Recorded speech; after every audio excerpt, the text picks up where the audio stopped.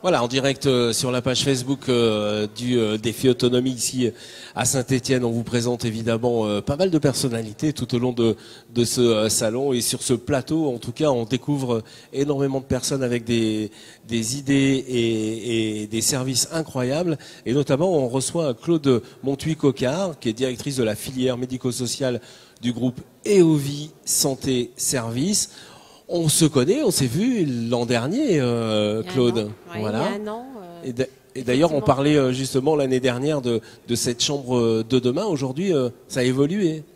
Voilà, alors tout à fait. Donc bonjour. Le groupe EOVI Santé et Services a développé un concept Cité des aînés.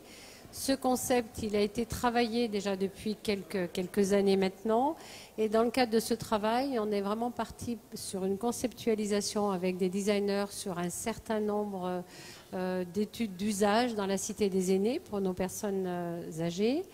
Et on a présenté l'année dernière plutôt un concept intellectuel en fait des différentes innovations dans cette Cité des aînés, dont la chambre.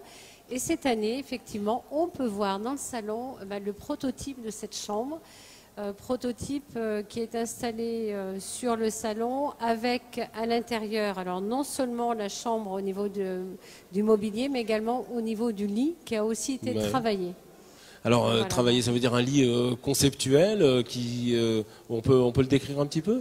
Alors, ce lit, on dénomme le lit intelligent. Pourquoi? Parce qu'on a étudié, alors en lien avec l'école des mines de Saint-Étienne, avec nos professionnels de santé. Donc, on connecte les différents métiers, les différentes expertises, des médecins, des kinés, des infirmières, des usagers.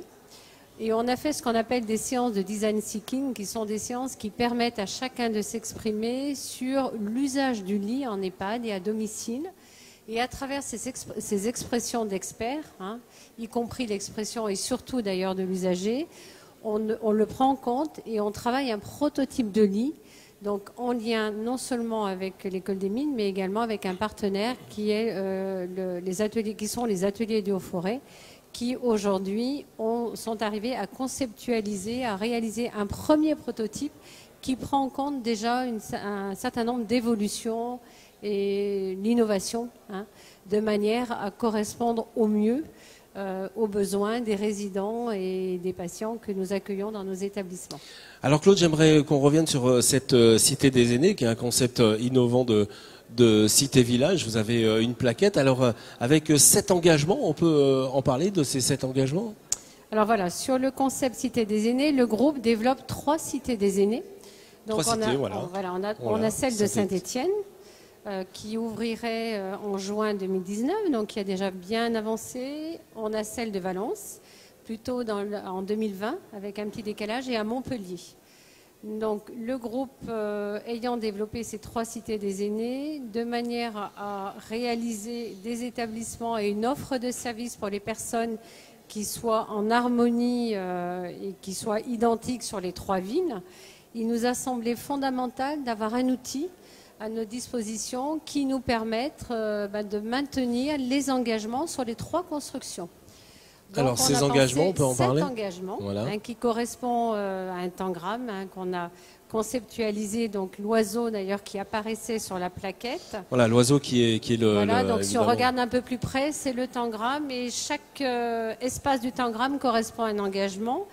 Donc sur les 7 engagements, on a le concept dans sa globalité avec un marqueur fort du groupe EOVI Santé et Services, qui est le marqueur innovation recherche, partant du principe qu'aujourd'hui, on est centré, notre réflexion était vraiment centrée sur le besoin du résident, son parcours de vie, son parcours de soins, et tout a été pensé à travers finalement l'usage et l'innovation, puisque dans le monde de la santé, on voit bien que l'innovation, notamment ce qui est du numérique, domotique, est un réel enjeu aujourd'hui pour améliorer nos prises en charge. Donc on a travaillé. Alors sur les 7 engagements, on a le concept en général, ce marqueur innovation. On a les 5 sens, parce qu'on considère que les 5 sens font partie dans la vie d'une personne d'un axe fondamental pour améliorer la qualité de vie, la qualité de soins. Donc on a une signature olfactive, on a travaillé avec des experts artistes parfumeurs.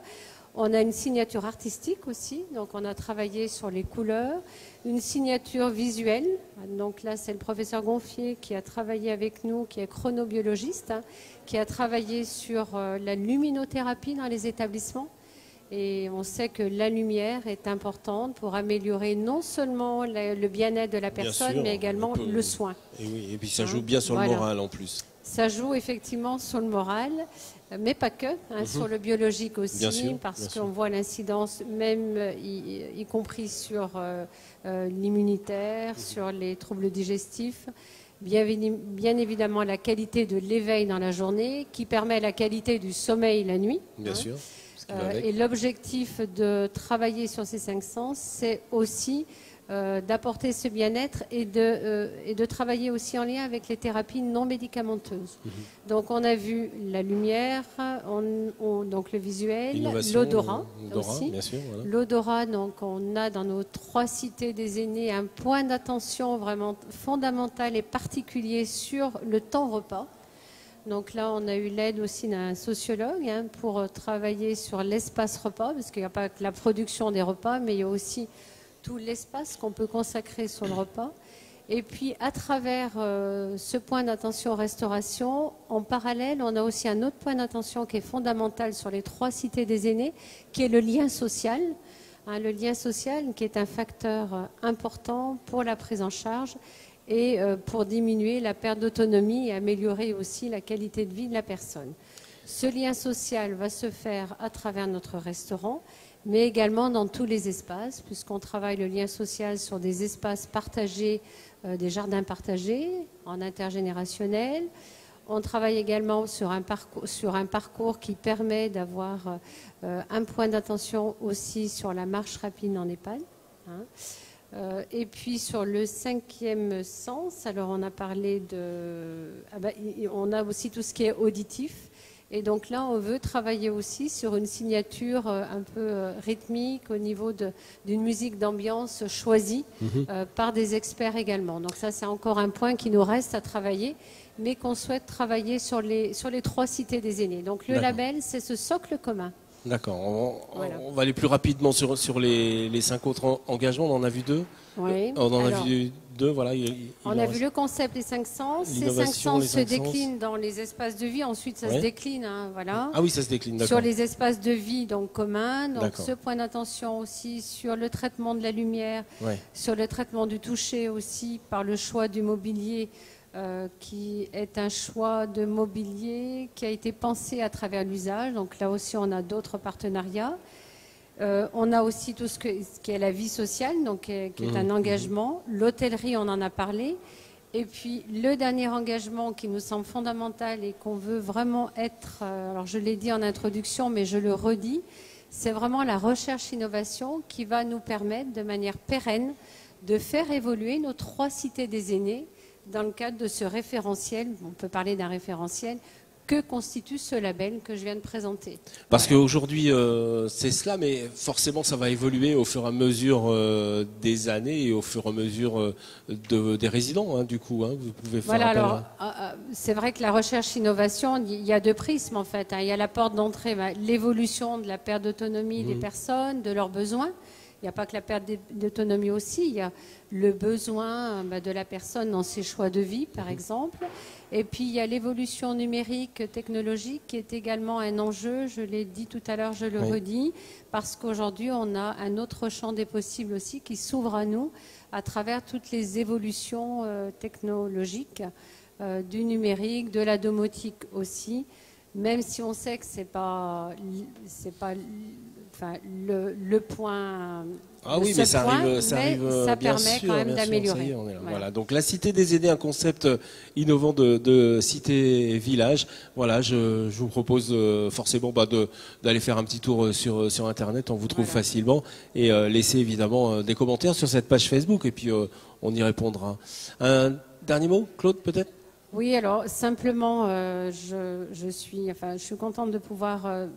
On voit que l'an dernier, on a plutôt communiqué sur le concept. Aujourd'hui, on est vraiment sur la phase opérationnelle de réalisation. Et j'insiste vraiment sur cet élément de différenciation qu'on veut donner à la Cité des aînés. On en a parlé dans le colloque. Ouais. Et c'est vraiment l'enjeu, c'est redonner la citoyenneté aux personnes concernées. Aujourd'hui, on a l'impression quand même dans les dispositifs existants qu'on a atteint finalement nos limites et que ce concept qu'on propose à travers la Cité des aînés, c'est quand même une évolution sur des modes d'hébergement qui correspondent à l'évolution de notre société aussi. Voilà, c'est un pas de plus. Voilà, c'est un pas de plus. Voilà. Merci Claude Montuy-Coquard d'être venu sur ce plateau et vous pouvez évidemment voir et revoir ces interviews, les partager, les commenter bien entendu sur la page Facebook Défi Autonomie. Voilà, à plus tard pour d'autres interviews. Merci beaucoup. Merci.